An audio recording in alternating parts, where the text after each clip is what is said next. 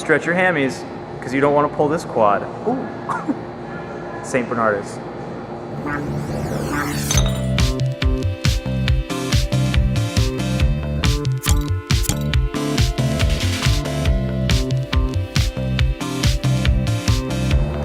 What's up, what's up? Welcome back. It's The Beer's Gone Bad. Where the beer flows like wine. Tonight, I am your host. With me as well. Pat Tugent. Scott Van Book. I didn't mean to take a spotlight there. We are your hosts. We are your hosts. Unbelievable. It's actually 2014 now. If you were to tell us, oh my God, if you were to dude, tell us is, hey, you're not doing a beer review until 2014, I would have said, you're crazy. But you would have been right. I would have thought you were crazy because when last time we did this was 2011. But you know what? I think over the time we've matured, we've maybe taken a couple more steps in the right direction, socially, financially, and just in beer in general. We've drank a lot of beer, we've met a lot of people, we've had a good time. What we're doing here was a beer that I was actually given at my new job here. I work for Tap Hunter now, a big San Diego-based craft beer app. Download it, have a good time. For my birthday, third day of work actually, the owners gave me this beer, and to my knowledge, I didn't know what it was. And after a couple of good research, Google searches, I came to understand what this really is, and this is an important beer. That's the cool thing about the beer industry as a whole. Whether you work in it, whether you just hang out and drink in it, or it doesn't matter. It does not matter. There's always something cool that you don't know about that someone's going to turn you on to. Whether it's like on cask at a brewery, on nitro at some random bar, whatever it is, like just some random beer. Like you're like, oh, I've never heard of that. There's always something new. There's always something cool. It might have been around forever. It might have just been here for 2 weeks. This is one of those things. It has been around forever. We're not really sure how to say the last part of the name, but it's St. Bernardus App 12.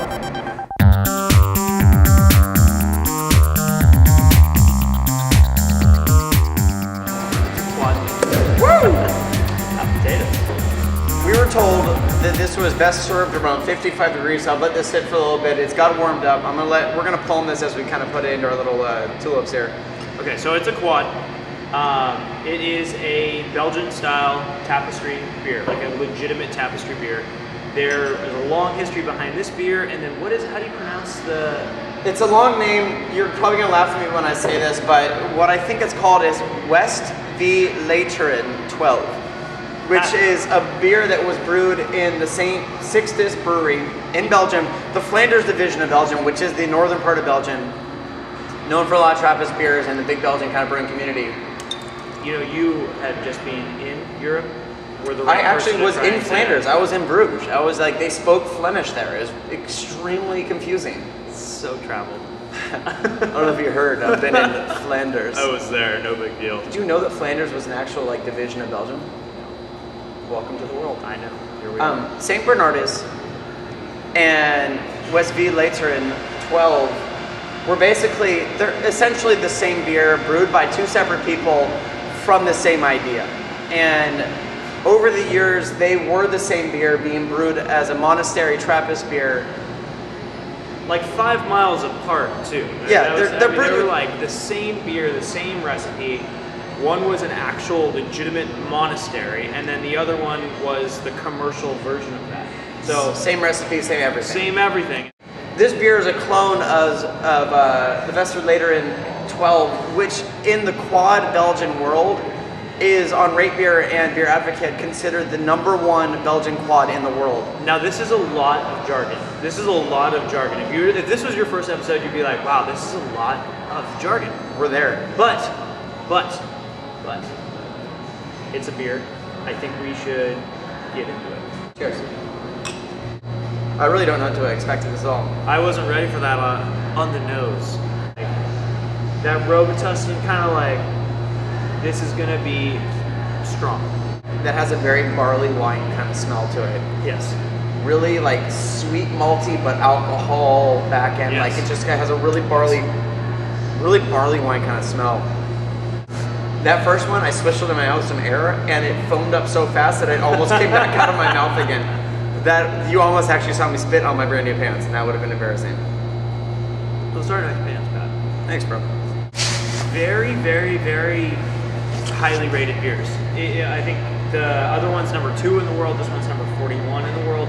I'm gonna go ahead and say this off the bat.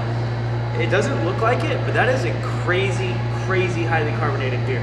It's one of those things where it's like, it's still foaming up right here. I've never had a quad before, so I didn't really know what to expect up here, right? Yeah, it's a quad. You saw our intro. I think that was one of the most genius intros Scott's done in a long time. In 2 years, maybe. The color is, it's got a really kind of reddish hue to the actual malty kind of flavor to it. The nose, like you're saying, when you smell it, it's a very I said anyways, it's a barley wine type idea. What does the mustache tell you? Has a rapey essence to it. Yes. You nailed it. It is better at 65 degrees Fahrenheit. You know what this is drinking? And people are going to probably hate me for this, and that's okay. It is like drinking a warm Diet Pepsi. As far as like how it's carbonated, take a sip. Take a sip and think Diet Pepsi in Palm Springs in the summertime. We're sitting by the pool, Diet Pepsi, like, oh, is that Diet Pepsi warm? Yeah, it's a little warm too, you're fine though. That is the kind of carbonation that you get from a warm soda. Holy crap, dude. That is a right on. Warm Diet Pepsi. But the best Diet Pepsi on the planet.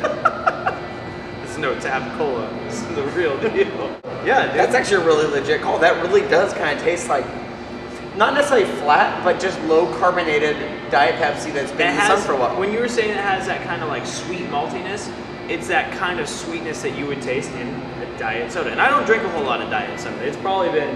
But when I do. But when I do, I tell you.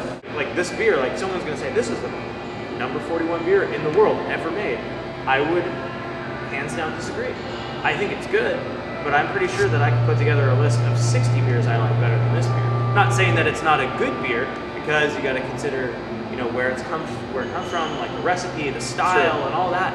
But when it comes down to it, it's beer. If you like it, you like it. If you don't, you don't. You're not wrong. You're not right. It is what it is. For what it is, to me, it's nice. Like, I don't drink quads because they're like, it's a lot of flavor, and I'm not necessarily a big flavor kind of person. It's a very easy drinking beer. It's very... I'm gonna call you out. Do you not drink quads because of that, or because you ever seen another quad? Like, that's actually true. I don't think I've ever actually seen another quad. From front to back, smell barley wine, really alcoholic. Drinking version of this kind of thing is, it's nice, but it, like Scott says, it's like if you switch it, like I got a little air in there and it opened up and fucking foamed through my brain. Like it just like I almost spit on my pants. Again, quads I'm not really well versed in. Where do you put it? Honestly, to me, I don't like the alcoholic kind of like back end of this thing. Like when I swallow it, it's sweet, it's spicy, but when you swallow it, it's got a lot of alcohol to it, and it's not really my thing. For what it is, I'll probably rate it like maybe like a 6. You know, because I would drink this again if we were in like a nice setting of like, you know, we're having a holiday party, we're having friends over on a cold night. Like I would enjoy to share this with somebody in a small snifter that is this, but I would never press out and be like, oh my God, buy St. Bernardus, we're gonna jam that tonight. It's nothing sessiony by all means. I'm pretty much right there with you. I can't get past the carbonation.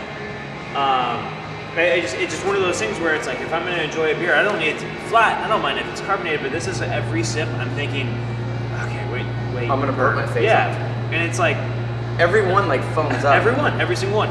And that's what takes away from me. I can't even focus on the flavor or anything. As far as drinkability, besides the foaminess, the flavor is awesome. You can sit there and drink it all night long for me, but because of that foaminess and because I have to stop, like I can't even take 2 sips without taking it away from my mouth.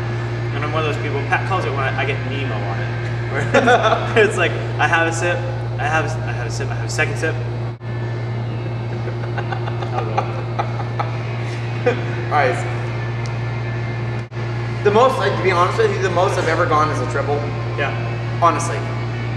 Nothing against the St. Bernardus, but to me, we've drunk California too long. We've been completely effed on West Coast IPAs, and I think it's gonna be one of those things that we need to really open our palate up and enjoy this shit. You know what? You like what you like. Who cares? Into that, St. Bernardus did a good job. I'm sure you guys are amazing. I just don't see it. Yeah.